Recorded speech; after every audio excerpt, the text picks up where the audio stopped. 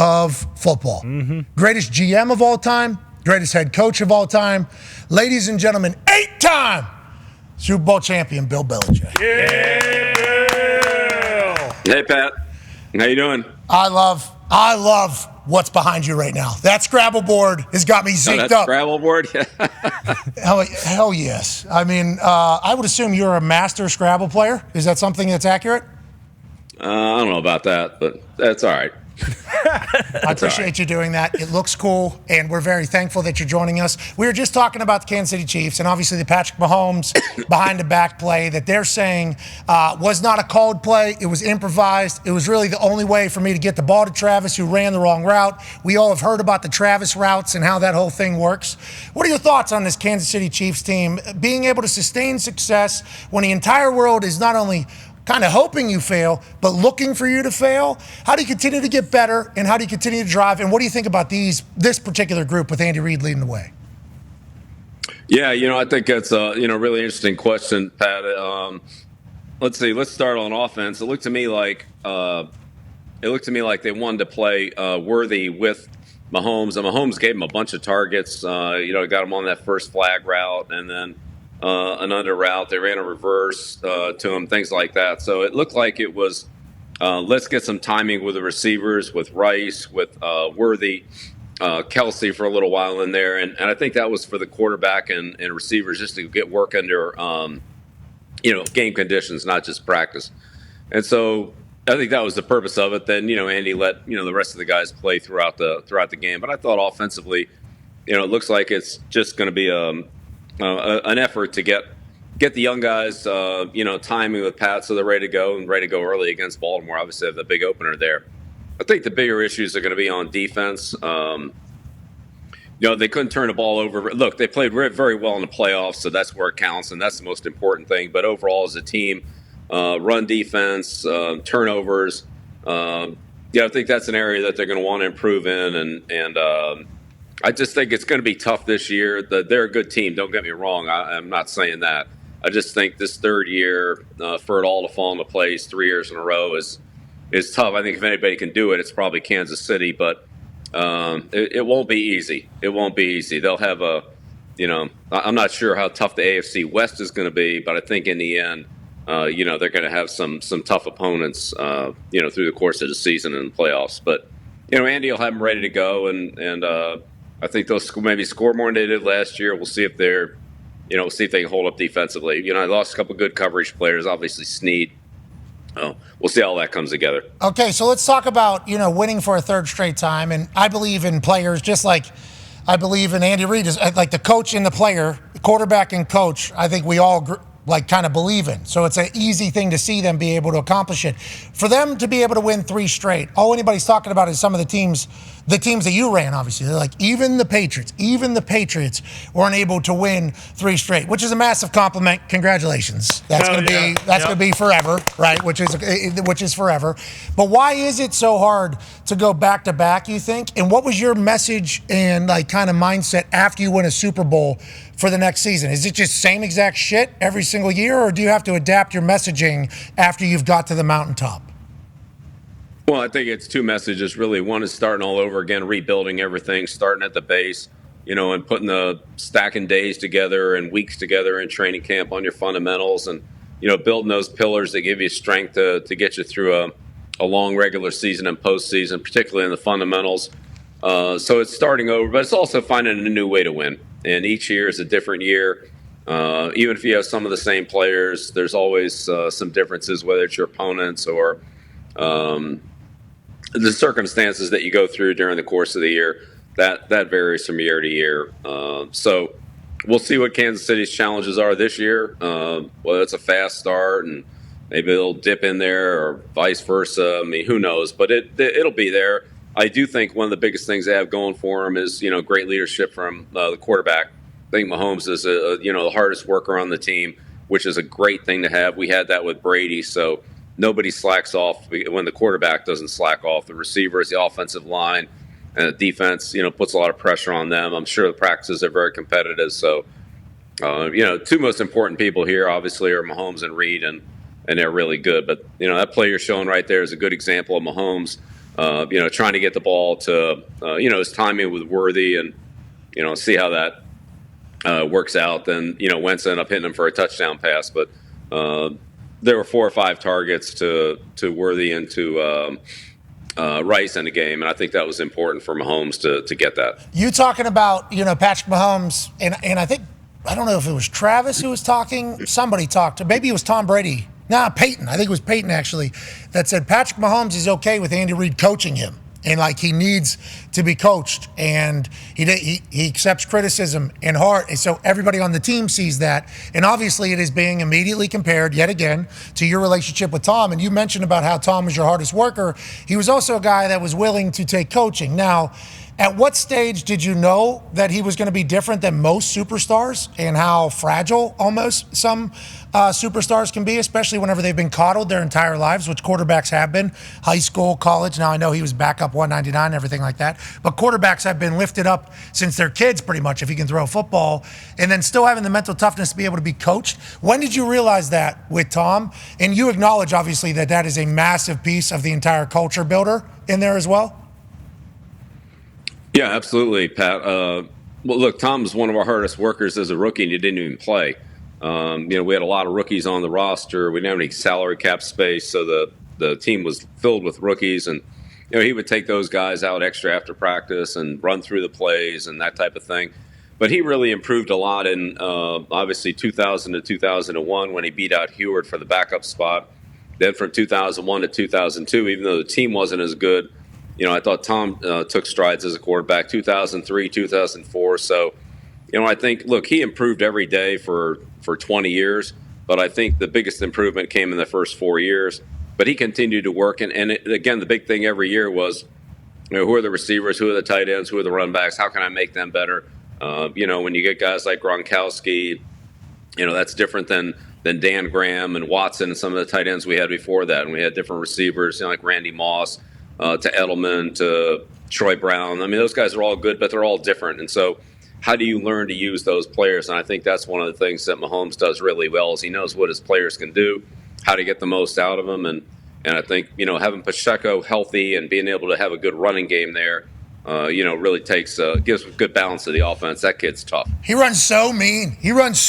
High knee. Just through. There's some people, and I think Kyle Brandt, Angry Runs, obviously highlights it. But as a person who potentially had to accidentally tackle people, for a living, it was like there's some returners that, the way they ran on film, I was like, okay, we can kind of do the, if we need to. Then there's some people, the way they run, it's like, oh, they're attacking me. They are going to be attacking. Pacheco has been that since what? Rookie? I assume Rutgers as well. Right, he's been that since the very, very beginning. Fun to watch. Last year, they said they relied on the run and the defense. That was new for Patrick Mahomes. He even acknowledged that midway through the year. Now they got Coach, they got better somehow. Now on defense, I know they lost their thing. Now let's talk a little preseason football. Ty Schmidt's got a question for you, Bill. Yeah, Coach, we talked to you last week about this, and then we've been talking about it as we've been watching the games, which a lot of these teams, we're seeing the 2s and the 3s on either defense or offense, and some of the games haven't been very competitive. They've been blowouts. At what point do you realize when it is all 2s and 3s going like, oh, wow, we might not have the type of depth that we're going to need this year? And at this point in the preseason, is there any way you can remedy that before the regular season starts? Right. I think those are good points. But really, I think you just got to take a very close look, and each coach knows his team well. Sometimes the players are good enough, but collectively they're not playing well together for some reason or another. Maybe it's the amount of reps they've gotten together, or just the execution of that particular group. But individually, you have some pretty good players. Sometimes you're lacking a couple players, and if you're light at a certain position, that can show up pretty quickly in a preseason game. Tackle against defensive end, or center against defensive tackle, or receiver against a corner, or vice versa. So those mismatches don't occur as much during the regular season. I think you just really have to take a good look at your individual players, who they're playing against, and then if there's a reason why the overall execution of the offense or defense isn't good, it could be player related, or it could be communication and scheme related. And a lot of times that happens on defense in preseason games where you just don't cover the patterns properly or have the right adjustments, or maybe you don't even have very many adjustments in the game. So it really depends. I wouldn't think there's just one answer to all those questions. It's a combination of things. It's really how well the coach and general manager make and evaluate their team, very specifically to the combination of people they have out there and who they're playing against. So you walk over to the mirror and say, all right, Coach Belichick, speaking as General Manager Belichick, and you guys just kind of figure out what you need. Nobody would be able to do it again, you think? Why, you being coach and GM, why are you, and this is me asking you to talk good about yourself, which you won't do. So this is going to be, we'll learn as the season goes here every Monday on how I should set up questions here. Look, I would just put it this way. You need two people to run a football team, and then a lot of people underneath them. You need a personnel person and a coach, right? However that works. And that could be a general manager. The titles really are, they could be whatever they are, but somebody's got to run the personnel and somebody's got to coach the team, and nobody can do both. It's too big of a job. Actually, either one of those jobs, you need a lot of good people to work with you. Ultimately, somebody has to have the final say. It's either the head coach or the general manager, the personnel guy or the coach, however it is. And then whichever one doesn't, then the other person works with them, or, you work collectively. But at some point, somebody has to have the final say. Usually, my experience has been there's not a big discrepancy in those decisions. Most everybody's on the same page and sees it the same way. But occasionally, somebody has to make the final say. Now owners get involved in that sometimes as well. So that's another factor. But between the personnel and football, generally speaking, I think that for the most part, I think that those people are pretty much see the team the same way, the construction of the team and the way it's developing. But at some point, one of those people, along with the owner, has to have the final say in the moves. And so that's, I'd say that's how it works.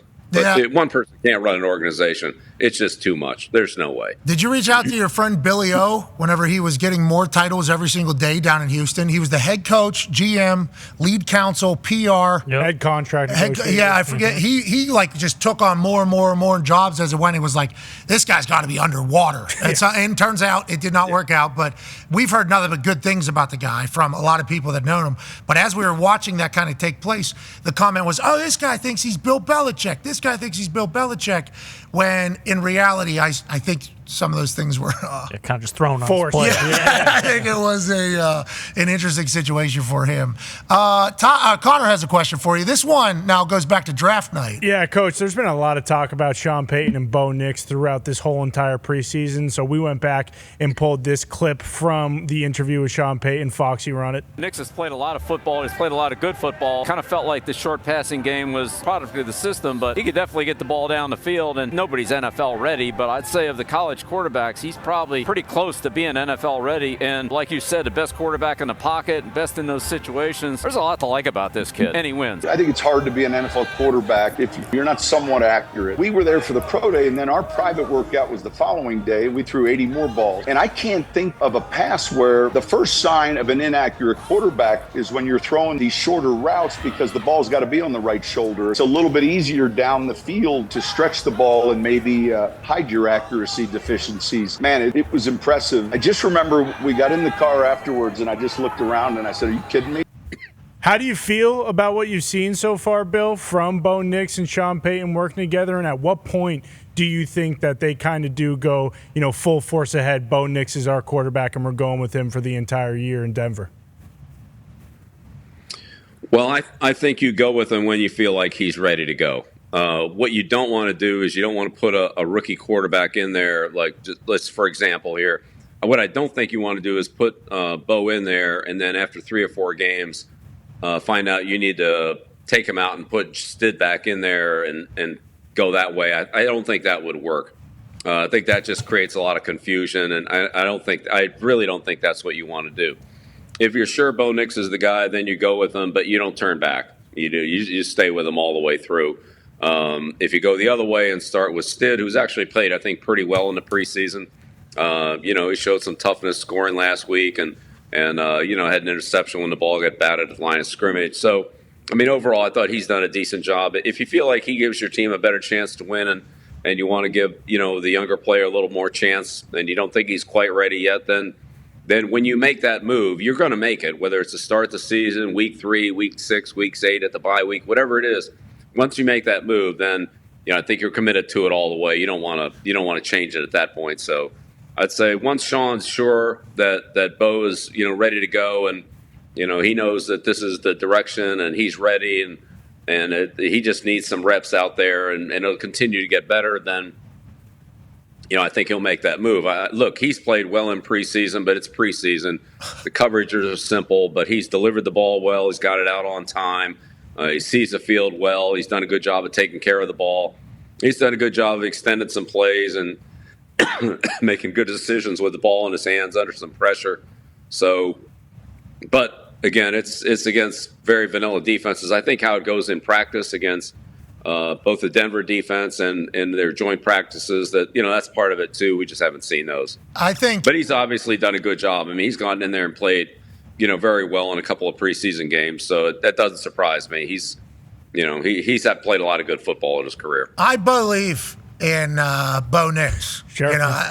He's big, he's fast, and the way Sean Payton is it seems like he's going to be durable too. Played a lot of football in college, obviously been through a lot, so it feels like he's calloused potentially through a lot of different situations, especially down there in Auburn with how that whole thing went and the whole conversation. I think those are good things as you head into the season. And it's like Sean Payton, who, thank you for booking him during draft night while Oz the Mentalist was doing one of the greatest tricks in the history. But it feels like he's going to want Bo to do well too, right? He knows the situation that just took place with Tone's going to ask a question, but he knows the situation in Denver, right? Like, they're taking $83 million in a cap hit to move on from their previous quarterback, Russell Wilson, which Tone is going to ask you about here in a minute. But it's like I don't want to say he wants Bo. Every coach wants their players to work. But like, he feels really invested, right, in the Bo Nix selection, it feels like, from outside looking in. And are they a perfect fit, seemingly? Well, it looks like it. Look, I think Sean's done a good job with Stidham too. Sean's a great quarterback coach, and he'll have those guys ready to play, and he'll tailor the offense around whoever the quarterback is. So I think for Sean, it's probably, like right now, it's just getting to know Bo Nix and feeling comfortable with Bo. What's he really good at? What maybe do we not want to emphasize quite as much, keep him away from certain things? Or maybe he feels pretty good about everything, and he just needs a little more time. But Sean's offense is a very fast offense. They don't go no huddle, but they substitute fast. They call the play. They get up to the line of scrimmage.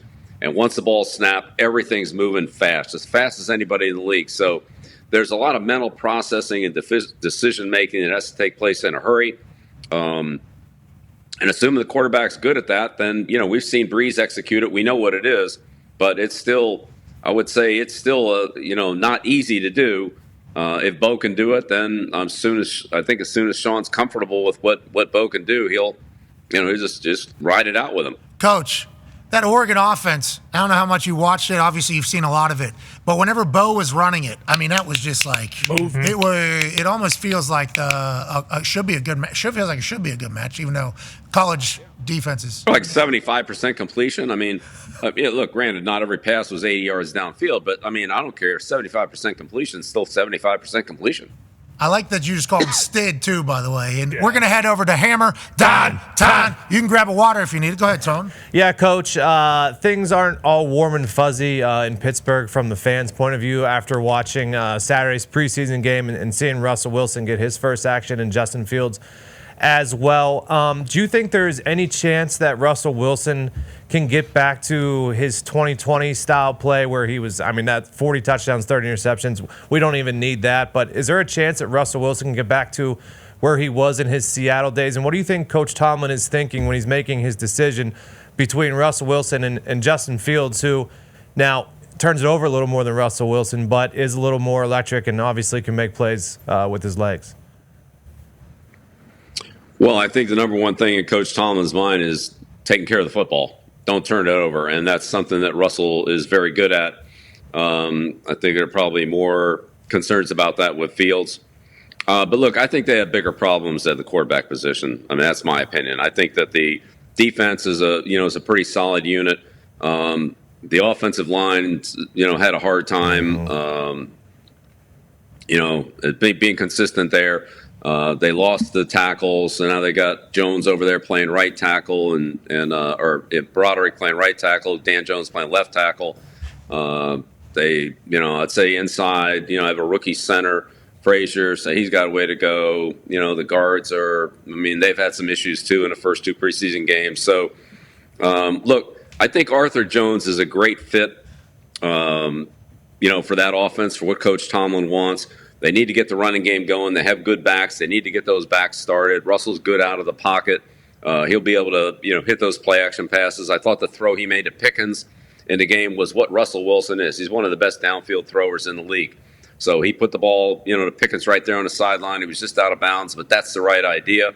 Those are the plays that Russell makes, down the field there. And I think the offensive line really needs to. This is it right here. I mean, it's a great throw, and it just barely misses, but he'll hit those, and I wouldn't really worry about that. He'll take care of the ball. I think the biggest thing for Pittsburgh is to get the running game and the offensive line, playing consistently, being able to get a hat on a hat.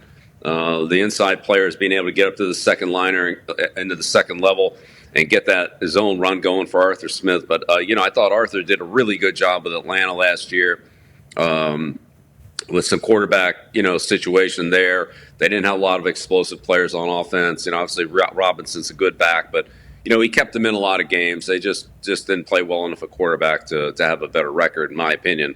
But I think that Arthur's the good fit. He's a really good coach. I think he'll get a lot out of this team. It may take a little while, and I think the sooner the offensive line can come together and, create some consistent running lanes for the backs so that they're not in long yardage, they can stay on track on first and second down, give Russell a chance to get the ball down the field. I think that's their formula to win. Whether they can do that or not remains to be seen, but I think the problems are bigger than Russell Wilson. I think it's really the offensive line and the running game. I think everybody is waiting for Russell Wilson to not do well so they can bury him. That's kind of classic Russell Wilson football at this point because of the danger witch, because of the Mr. Unlimited, which I'm not sure you even know what that is, but somebody should show you at some point.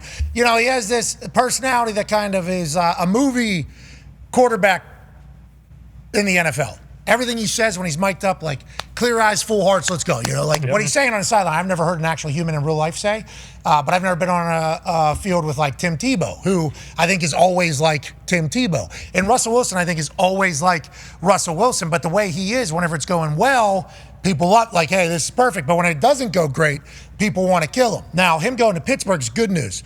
Double-edged sword, though. If he plays very good, he'll have a bunch of yinzers going to bat for him, which is a great shit-talking community, and they will go. But if it does not go well, now you got that great shit-talking community also added to the entire, which everybody from Denver is telling Pittsburgh fans, this is what we were saying with Russell the entire time. It's not too bad. He'll be able to keep the ball. He won't turn it over. But then it never came. The cavalry never came, is pretty much what they said. Do you think, now granted, I guess the offensive line is the biggest question, is can you figure that out? How long does it take to figure out offensive lines? And how do you go about fixing that? Because isn't that a big chemistry type deal too, the offensive line as a whole?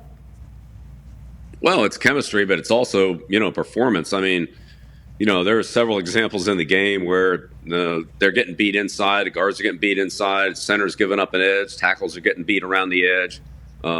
There's some protection issues there. And then I think after Pickens, just looking at the receiver situation, look, they're obviously trying to acquire a premier type of receiver, somebody to add to the receiving core. They haven't been able to do that. There's still a long way to go there between the final roster cuts and, in-season trades and so forth. So we'll see how all that comes along. But, they're clearly trying to upgrade the receiver position, which would certainly help them. But if they had a little more consistent play from the offensive line so that the running game could go, I think that would take the pressure off everything. Look, this isn't a team that wants to go back and throw the ball 45 times. We know that. If that's what they have to do, then it probably isn't going to go very well, unless they can play great defense and get a lot of turnovers. But their defense is good at getting the ball out. They can keep the score down. They don't have to go out and score 50 points to win every week. If they can get the running game going and, create some plays with another receiver besides Pickens, they have Freiermuth. Najee Harris is an excellent receiving back. I think that they can be competitive in that division, but but they're going to need to obviously do better than they did, last week against Buffalo offensively with, just more consistency moving the ball. Pittsburgh's very worried. The internet reaction is Pittsburgh's very worried. We go from one bad quarterback to two bad quarterbacks. That's really good news, but hopefully the offense settles in. Hopefully the offensive line is able to figure it out. You just talk about them trying to acquire a big-name wide receiver. You've been following along with the Aiyuk story like the rest of us, and I know there never seemed to be any of this type of shit with the Patriots. Now, there have been like rumors of contract disputes and drama things happening behind closed doors, and then those players getting traded out of town the next day. Literally the next day. That's rumors. I don't know if it's real. These are just rumors that have taken place. Whenever you have these types of, hey, we're hitting it fall. Yeah. Allergies are cold season. Hey, we're in the middle. We need you loading up, coach. Mm-hmm. Okay, and obviously. You got it. I got some vitamins we could send over there too. Toughen up, Yeah, that would help. Kind of. Yep. I smoked enough cigars. This guy's one. Yeah. Natural honey. Yeah, natural in there. But whenever one of these situations happens, like the Aiyuk situation that's taken place, alongside Trent Williams as well, which is obviously everybody knows about it. How did you go about handling this type of stuff? Did it ever happen? And is there messaging to team whenever somebody isn't there? It's just like, we got to worry about who's here. Is that kind of how you addressed it? Like the Aiyuk situation seems to be very loud. There's vlogs coming out. There was vlogs coming out. There's posts. There's comments. There's very public. Like everybody kind of understands the situation here. And there's quotes. CD Lamb Jerry. situation in Dallas with what Jerry's saying. Like, yeah, maybe not. They got a number, we got a number, we got a fund. How did you handle these types of things? And do you see this happening more often now, I think, over the next few years in the NFL? Is this going to become more of a trend back again? Well, it certainly looks like a little bit of a trend now, over the last couple of years. And then this year, a little bit more of it. I think that's a combination of some of the agents. There's certain agents that, have that kind of hold-in strategy. The hold-in strategy now, because of how much the players are getting fined for not being in training camp, $30,000 a day, whatever it is, that if they miss preseason games, if they're not in camp, then those are game checks. So the players are coming in and they're saying, they have an injury, a sore back, hamstring, ankle, whatever it is. And so they're, effectively using an injury to take themselves out. So I would say the club's options are limited. It's hard for them to go to the player and say, well, you're not hurt. I mean, that brings up a whole nother set of circumstances. And the player's not going to leave camp because of the amount that he's getting fined. Now, Trent Williams is out, but with the level of his contract, $1 or $2 million, once they finally resolve it, probably isn't going to make a huge difference. So, he's taking a little different tact, and that's what he did at Washington. So I think as a coach, you just have to, take the cards, the way they're played and try to, make the best of it. I think if the player comes in, like Judon did this last year, he came to training camp and effectively didn't practice. But Matt was going to play last year, and so he worked and trained hard on his own until we were able to resolve the contract. My position was, we're not going to negotiate with you if you're not working and you're not here. So if you leave, then that's a really bad precedent as well. If he leaves, then start giving him money. That will have everybody out. So come here, work hard. We'll talk to you. Let's see if we can make it work. What we did with Matt was something that we did with Gronkowski. We did with Rob. We did with Julian, where if there was a gap between where they were and what they thought they should make, and if we thought that was reasonable, then we put it in incentives. So you have a good year with Judon. The market was, around 20. He was somewhere around 15. I forget the exact numbers. We gave him incentives to call it 19.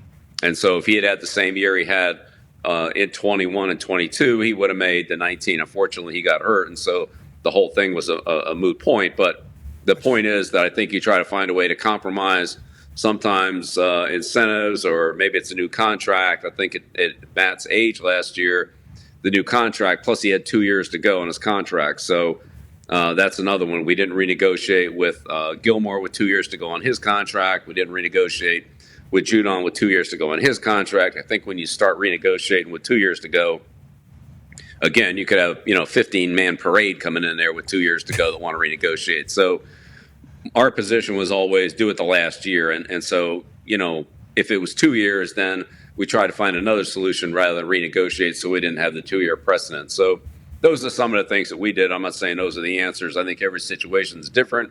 Every team's different. And I think ultimately the team has to decide what they're comfortable with and what they're not.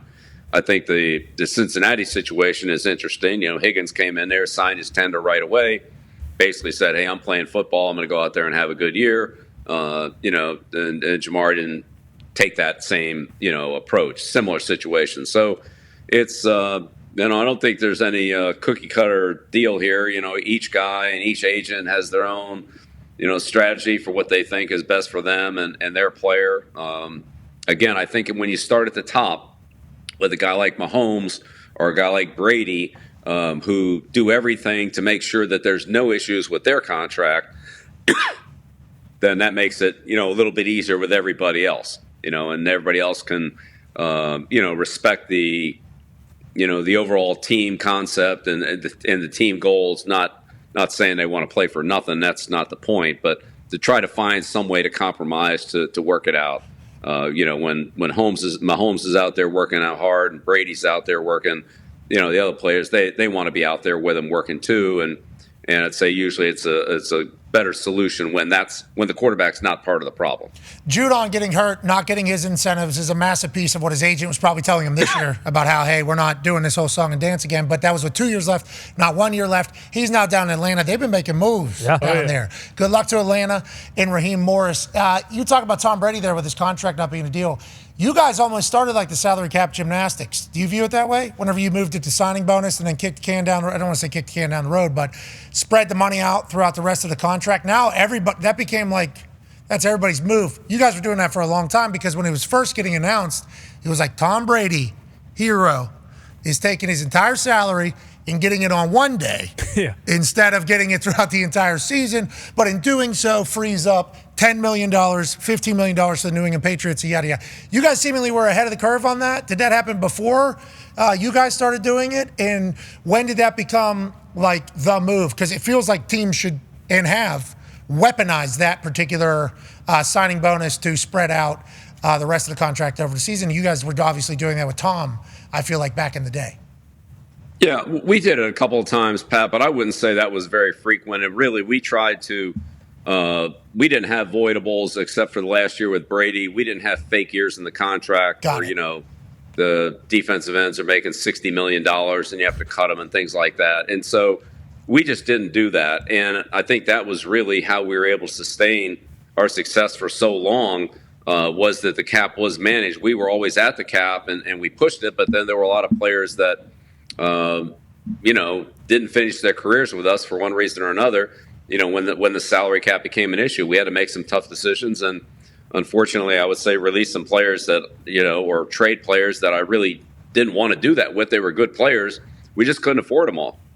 I think when you look at what Kansas City's doing, that Andy and Brett have done a really good job there, particularly in the last couple of years with, they didn't pay Tyreek, who's obviously a good player. They didn't pay Snead, who's, a good player. But they've drafted well, and they've replaced those players. And now, even though they have some expensive players on the roster, they have a lot of young players, especially on defense. And, 2/3 of their cap's on the offensive side of the ball, 1/3's on defense. But they have some draft choices on defense, and so they've been able to maintain that. And so I think that's, you've got to find some young players, some undrafted free agents. You got to find the Ryan Wendells, the late round picks like Edelman or, Jacoby Myers or, people like that to keep it going. You just don't have enough money to pay everybody. If you look at teams like Philadelphia, New Orleans, even Atlanta is starting to fall into that category too, where they have so much money pushed out that they really are, don't have a lot of flexibility going forward with, multiple free agents that are up this year, 5, 6, 7, 8 guys. And literally no cap space or very little cap space. Not that you can't create it, which New Orleans has done that, but again, New Orleans has taken some hits this year, especially on the offensive line. They haven't done anything with Kamara's contract. It'll be interesting to see how they handle that, because I don't think he has any, very much really dead money. Most of his contract is just if he's on the roster, he gets it. If he isn't, then that becomes a big cap savings. So it'll be interesting to see what happens with him, but those teams that have it pushed out, with voidable years, all over the place in their contracts are or in their salary structure are, at some point those credit card bills are going to have to come due. And I think that Kansas City, besides having a really good football team, has managed that well. San Francisco is kind of at the other end of that. I'm talking about the two Super Bowl teams, trying to push a lot of money out. They lost quite a few free agents this year, whether they wanted to lose them or couldn't afford to pay them, whatever it is. Now you got a lot of other guys that that want more money, and they're getting into a tight spot here. So now the quarterback's not very expensive right now, but if that changes, then that's another issue. So as you know, Pat, when the players hit free agency and you re-sign them on your team, just take Brady for example. Brady goes from call it $5 million to $15 million in a different cap scenario. His cap number goes up by $10 million or whatever the number is. Well, he doesn't get any better from year 4 to year 5. You have the same player. It just costs you a lot more. So Brady, Matt Light, those guys, when 3 or 4 of them all hit at the same time, you don't get any better as a team. You actually get worse because their salary goes up to what it should be. But in order to afford them, you have to, drop players that you were able to afford, a year or two earlier when they were on their rookie deals. So it just gets into, team management. But having Mahomes solidified, which, look, eventually they're going to have to do something with him. But I think one of the issues that, every team's got to look at, and I'm sure they all did, but you look at these quarterback contracts that have come out recently, and you mentioned it earlier, the $83 million with Russell, right? So if those quarterbacks work, then great, they're worth the money. If they don't work, then you can end up with a Russell Wilson situation like Denver has, and that's really, could be very difficult to manage. It's hamstrung the team now for Sean for, a couple of years. So if all these guys play well and stay healthy and all that, then, great. But it's not just the $50 million that they're getting paid. All right, it would be the acceleration of somebody who, doesn't play to the contract or whatever the circumstances are. Team gets saddled with that. That's a big anchor to drag around. So I just think as an organization, you got to be really careful when you make that commitment that you're all in, because if it doesn't work, we see where Denver is. It's a tough situation to get out of for a couple of years. Yeah, I'm excited to see how they manage that with that roster, with an $83 million deficit. If it has success, other people will think about doing the same thing. If not, others will just hang on for the ride and continue to ride into irrelevancy. Coach, you're the best, man.